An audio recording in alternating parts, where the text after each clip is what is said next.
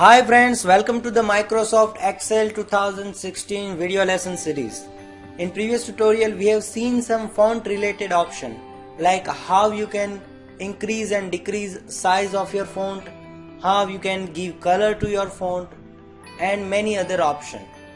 In this video tutorial we will learn how you can format your table. We will also see some alignment related options.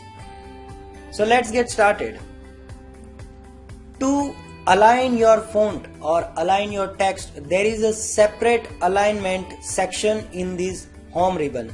So from here you can align your text into your data table.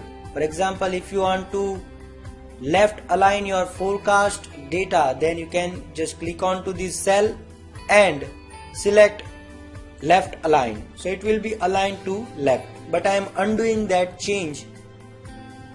Now to right align, this right align button is used.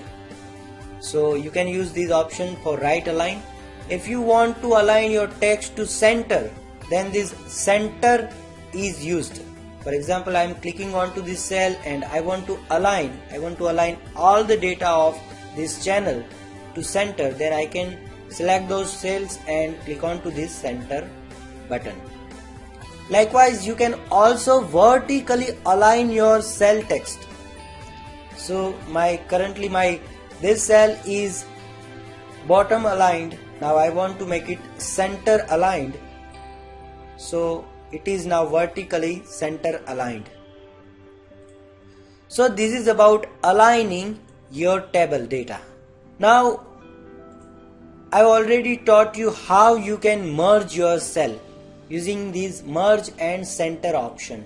So it automatically merges cells and gives center align to your cell. But you can also remove this center alignment by clicking onto this cell center button. Now if you want to insert a row between row, then you have to click onto the row after which you want to insert a row or before you want to insert a row. So click onto this row and select this insert row button. So new row will be inserted before your row.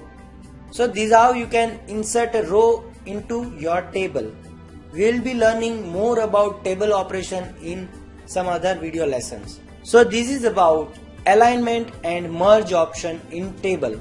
Thank you very much.